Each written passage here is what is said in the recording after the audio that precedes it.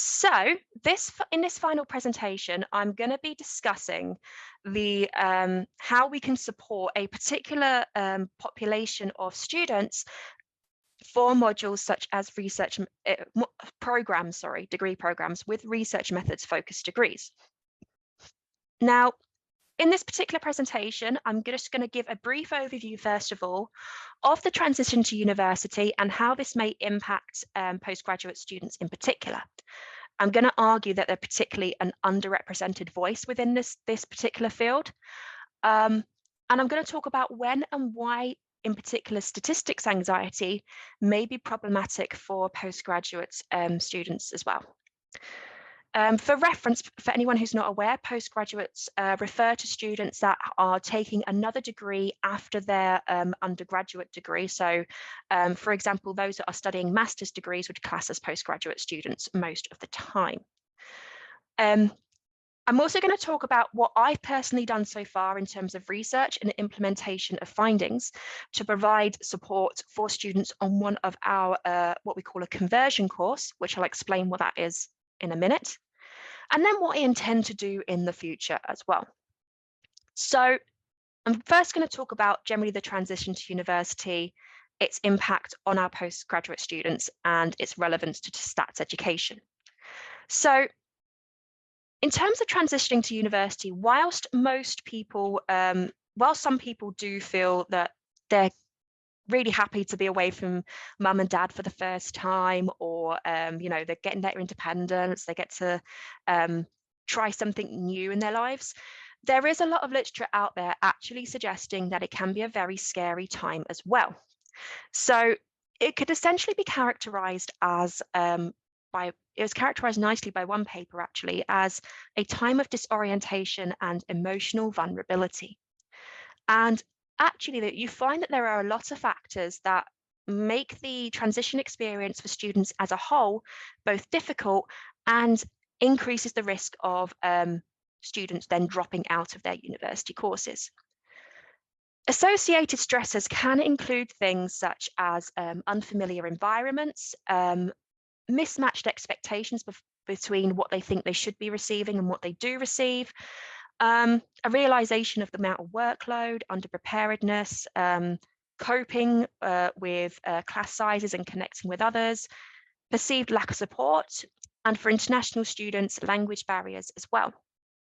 Now, it has been argued by some that you can get through this transition process or any of these difficulties, but it may take up to a year to cope with those. Now, this is particularly important because this specific thing in particular refers to undergraduate students who are often doing a program for about 3 years. So 33% of the way into their university degree, there is only then when they are starting to cope with the transition. And I think this is something that's really worth keeping in mind for when I then talk about postgraduate students who are only on their course for 1 year. So just to highlight why the transition experience may still be difficult for postgraduate students, I wanted to introduce you to something called the Postgraduate Taught Experience Survey.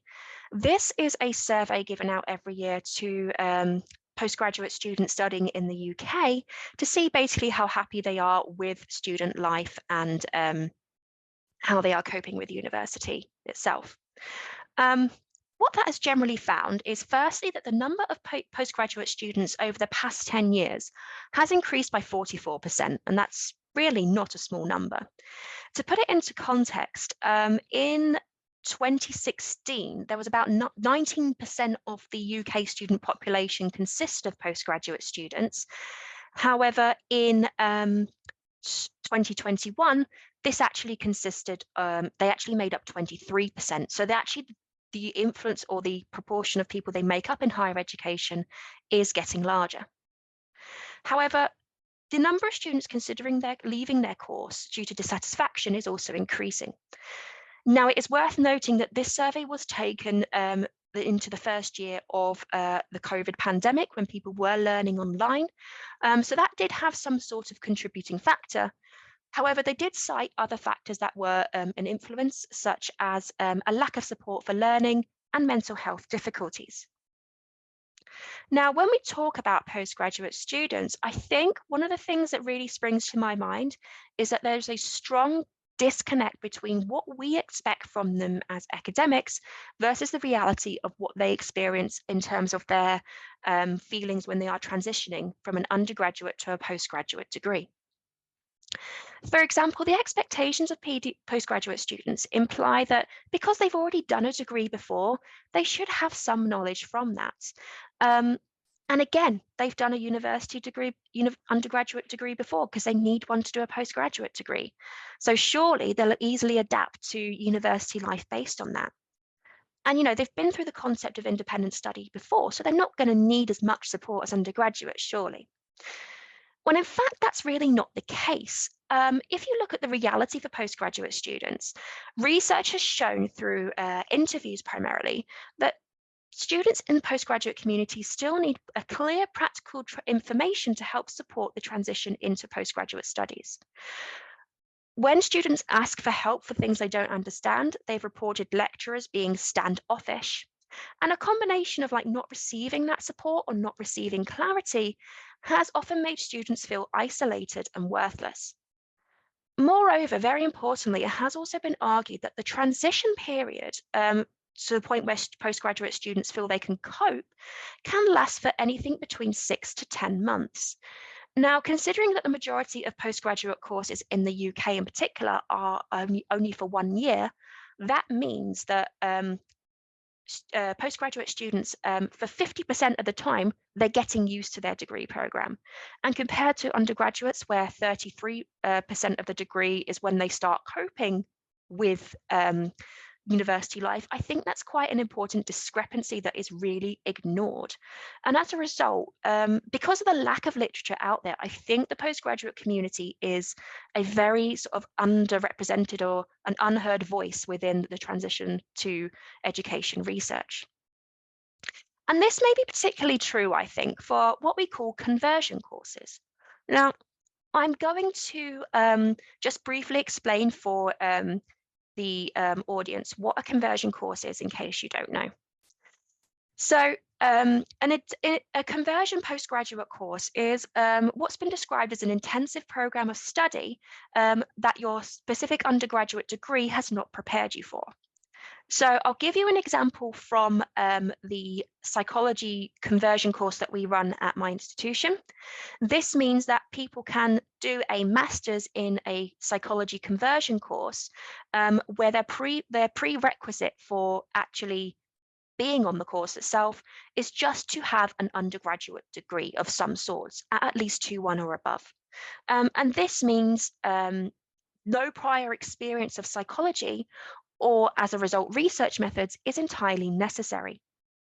Now, for psychology itself, the UK's board, that UCAS, which helps support applications for university courses in the UK, reports there are 42 psychology conversion courses in the UK. Now, for some reason, Nottingham wasn't on that list, so I'm going to say 43 if you include Nottingham.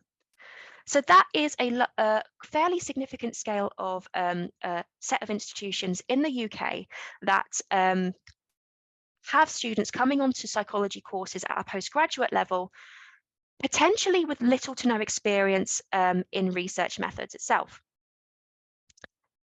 Now, it's worth then thinking about how this relates to what we already know about statistics and anxiety, and how students feel about studying statistics at mainly undergraduate level at the moment. It's first also worth keeping in mind some of the quality benchmark statements that have been made as part of the British Psychological Society. The BPS are a body, governing body within the UK that determine a certain set of criteria that are necessary for what we call BPS accreditation of a psychology course.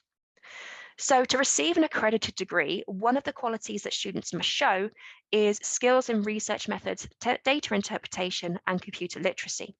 So again, those in a conversion course may not come into the course with any experience of that at all. So it's quite important to try and address that as much as we can on these intensive courses. But what we know so far about how students feel about studying statistics mainly comes from that undergraduate population. But what we do know, for example, is from a paper by Stephanie McDonald and myself, is that students without maths A level feel unable to learn statistics, or they don't feel they can cope with it compared to their peers. So they may have these unrealistic or irrational expectations as to how they feel they're going to cope with statistics in the first place.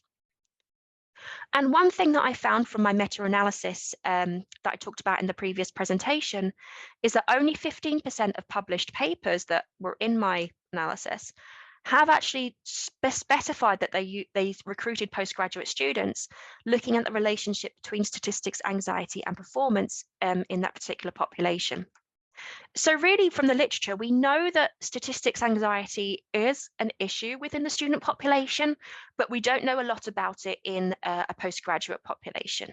And this may be particularly problematic when it comes to students on what we call a conversion course. So really, to summarize what I'm trying to say is that the pressures of transitioning to postgraduate education with a specific research on courses with research methods modules can be very problematic, or may be problematic, for students on psychology conversion courses in the UK. And from this project, I wanted to get a better understanding of that. So I did this through what we call co-design research. And there were two main aims of things that I wanted to achieve from this. So firstly, what experiences do psychology postgraduate students face when starting a degree with a research methods component?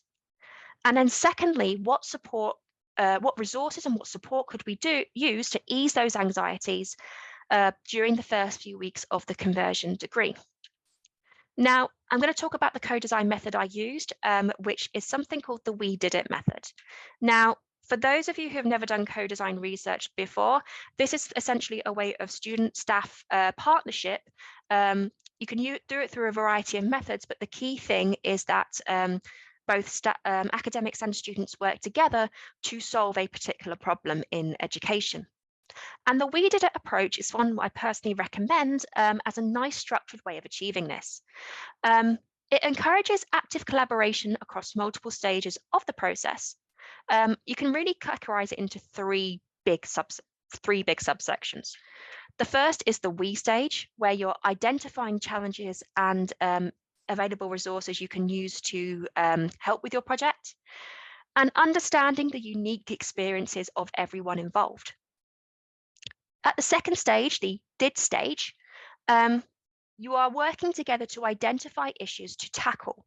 You can use Kickstarter activities such as brainstorming, or maybe like some sort of sandpit to generate ideas. And then you try in that session to develop some salient ideas as well. And then finally, in the it stage, you are taking those ideas particularly from that second session, you're applying some designs or creating some resources to try and suit those challenges that you've identified. You come up with some prototypes and you work together with your other stakeholders to test out those prototypes and receive some feedback to help redraft them if necessary. So for our application of this, we recruited 3 students from the 2021 to 22 cohort of the MSc Psychology conversion course. In the we stage of the We Did It co-design, I conducted a focus group on the personal experiences with the transition process to research methods modules, specifically wanting to know, what was it like in those first few weeks when you started the degree? What was it like doing research methods? In the did stage, we did a brainstorming activity where for the first 10 to 15 minutes or so, students brainstormed ideas, resources, techniques that could be used to support future cohorts through the transitional period. And then in the it stage, I'd created some prototypes or brought in some existing resources that I felt addressed those challenges from the first 2 stages, and gave these as a user testing session for the 3 students in the course.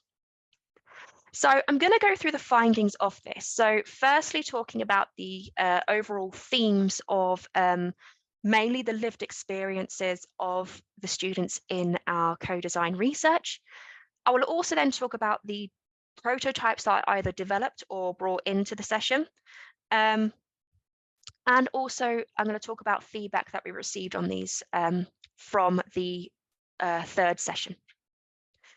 So one of the things I did was, with the data, the focus group data from session 1, I started conducting a semantic thematic analysis with this data. I used a semantic one on the basis that, we didn't really have much theoretical idea or hypothesis from the literature. So we just literally worked with what people said from that initial focus group to try and generate some themes that really summarize the experiences they were having. And it was really quite astonishing, really. So the first thing that I came up with, for some reason, a lot of water-based analogies came out in that first focus group. And I've kind of described it as drowning. Students talked about, feeling like when they started research methods, that they'd been dropped into really deep water. They felt lost at sea and in survival mode and in at the deep end. And there were a couple of other instances of this as well, where students felt like they were really struggling with the course. They also talked about the way in which statistics is like learning a new language. And, when you think about the symbols and other things associated with statistics, this is kind of not surprising.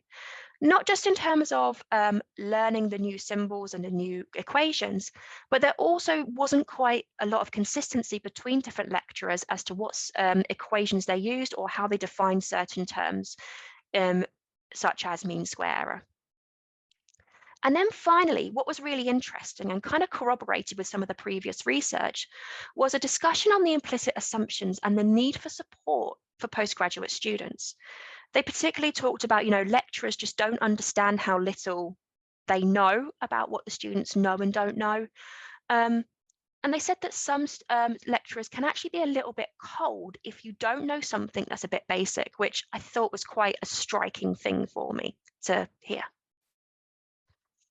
Taking the ideas from the brainstorming session as well, I also created those prototypes to use in the session. To use for the final session, the IT aspect of the co-design. The first of these you've already seen if you've seen my poster presentation, which was SAS. This was something that was already in development anyway, but the way in which students talked about going through things step by step and having support for their computer literacy kind of, in my opinion, justified trying to bring it in as a prototype for this research. And generally within that third session where we tested the materials and resources, it was received very well, to the point where one of the students asked, can I just share it with everyone now, please? So personally, I think that's lovely feedback, but it's nice to hear it from someone else. I also tried creating a research methods dictionary and thesaurus to try and accommodate this idea of learning a new language in a way of saying, okay, so this is what the term means, but this is what it could also be referred to as. So let's say there is inconsistency in lectures, it's kind of dealt with a bit more easily. However, students did also say that it might, in some cases, it might be worth explaining what X, Y, and Z was, or maybe I could give an example of something. So in my So for me, maybe I was reflecting on the idea that actually, maybe I'm still making implicit assumptions as to what terms they should know. And maybe it's worth reflecting on how much I sort of try and simplify different things. And then finally, it was suggested to create some introductory videos on basic statistical concepts that students could potentially access before starting the course. I created a prototype of this where it was said that these are great example videos for those who haven't done maths in a long time. However, it was also commented on that perhaps these should actually also maybe more accurately reflect what students may see in a lecture or a recording. For example, like a PowerPoint presentation with a user screen like you're seeing now. I finally want to talk about how I've used this research and these findings to actually influence the stuff that I'm doing with this year's cohort of psychology conversion students. So to implement the research into practice for this year, we decided to create what was called a research methods induction day for our new incoming psychology conversion students. And this was really a way to try and help reassure them in terms of their anxiety and help them try and feel better about statistics. So we initially gave students in this survey that took part in this induction day a stars scale, as well as some open questions about what they were concerned about, so we could just get an overall picture of our group of students. We also gave them a series of activities designed to boost motivation, refresh their concepts of maths so they'd be reassured on the amount of maths actually involved, an introduction to the support services that I had created as part of the co-design research, and also what we called a taster research methods session, or a practical method session, so that students could get a preview of this before the actual teaching started. Now, I want to briefly touch upon some of that initial data that we collected. So one of the things we asked students was what they were concerned about. And a lot of what they were concerned about really reflected the previous research in terms of what both undergraduate students feel and what came out of the co-design research from the few months prior. So one person said, having not done maths since GCSE, would any of the calculations be too difficult? Being able to keep up with the workload and not understanding effectively. Mathematical skills and English capability, which may be particularly important for international students where English is not their first language. Feeling worried about not being able to understand and interpret the data in an absolute manner. And then one quote that particularly struck me as quite a strong concern was having the performance in research methods, making the student question their intelligence or their ability and ultimately failing. So actually, it looks like with this particular, actually, students are placing a high value on research methods and what it means in terms of their student identity at postgraduate level. Now, ideally, the sort of data I would have collected, or I was trying to collect, was to try and get some pre and post statistics anxiety scores. So one at the beginning of this research methods induction day, and then one a few weeks later, once that sort of first few weeks of the teaching had started.